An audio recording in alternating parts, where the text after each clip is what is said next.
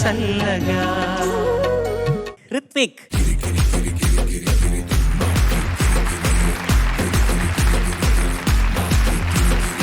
నువ్వేం పాట పాడబోతున్నావు?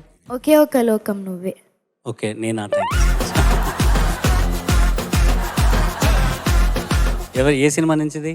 శశి మూవీ నుండి. శశి అని ఒక సినిమా, ఆ చిత్రంలోంచి ఒకే ఒక లోకం నువ్వే పాట పాడిన వారు సిద్ శ్రీరామ్ గారు. సిద్ శ్రీరామ్ గారు. అని రాసిన వారు చంద్రబోస్ గారు. ఏయ్ సార్, హాయ్, క్యా బాత్ హై. ఇక్కడే ఉన్నా.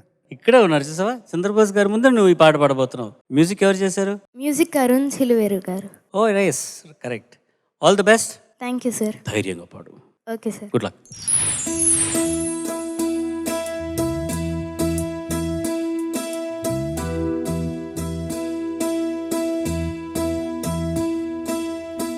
ఒకే ఒక లోకం నువ్వే, లోకంలో నా అందం నువ్వే, అందానికే హృదయం నువ్వే, నాకే అందావే.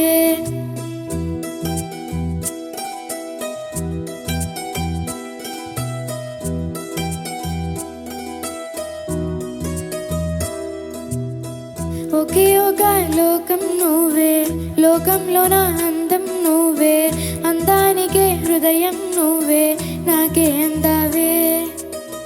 ఏకాఏకి కోపం నువ్వే, కోపంలో నా దీపం నువ్వే, దీపం లేని వెలుతురు నువ్వే, ప్రాణాన్నిలా వెలిగించావే. నిన్ను నిన్నుగా ప్రేమించనా, నన్ను నన్నుగా అందించనా, అన్ని వేళలా తోడుండనా, జన్మ జన్మల జంటవ్వనా.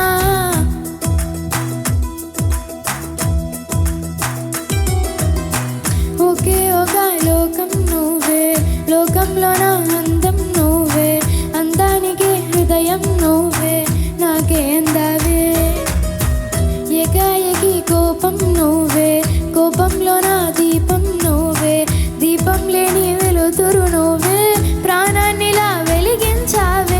నిన్ను నిన్నుగా ప్రేమించనా, నన్ను నన్నుగా అందించనా, అన్ని వేళలా తోడుండనా, జన్మ జన్మల జంటవ్వనా.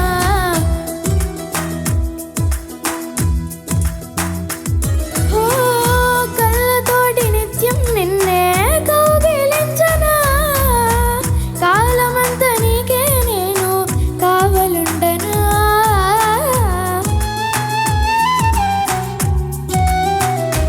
ఓ కళ్ళతోటి నిత్యం నిన్నే కౌగిలించనా, కాలమంతా నీకే నేను కావలుండనా. నిన్న మొన్న గుర్తిరాని సంతోషాన్ని పంచినా, ఎన్నాళ్ళైనా గుర్తుండేటి ఆనందంలో ముంచినా, చిరునవ్వులే సిరిమువ్వగా కట్టనా. ఒకే ఒక లోకం నువ్వే, లోకంలో నా అందం నువ్వే, అందానికే హృదయం నువ్వే, నాకే అందావే. ఏకాఏకి కోపం నువ్వే, కోపంలో నా దీపం నువ్వే, దీపం లేని వెలుతురు నువ్వే, ప్రాణాన్నిలా వెలిగించావే. నిన్ను నిన్నుగా ప్రేమించనా, నన్ను నన్నుగా అందించనా, అన్ని వేళలా తోడుండనా, జన్మ జన్మల జంటవ్వనా.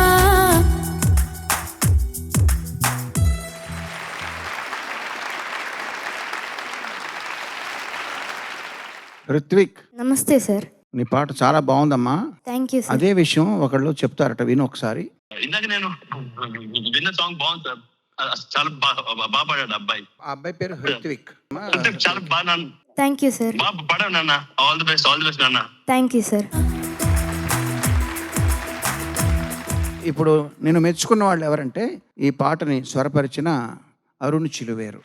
నువ్వు పాడుతుండగా నేను కనెక్ట్ చేశాను, విన్నాడు.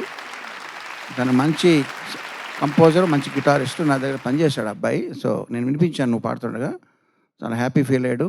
So thank you sir. అందరి బ్లెస్సింగ్స్ నీకు ఉంటాయమ్మా. ఫస్ట్ స్వరకర్త ఆశీర్వచనాలు నీకు వచ్చినాయి. సో అందరూ కూడా ఎంజాయ్ చేసాం. చాలా చక్కగా పాడావు. Thank you sir. All the best. Ritvik, నమస్తే మ్యామ్. నమస్కారం అమ్మా. చాలా బాగా పాడావు నాన్న.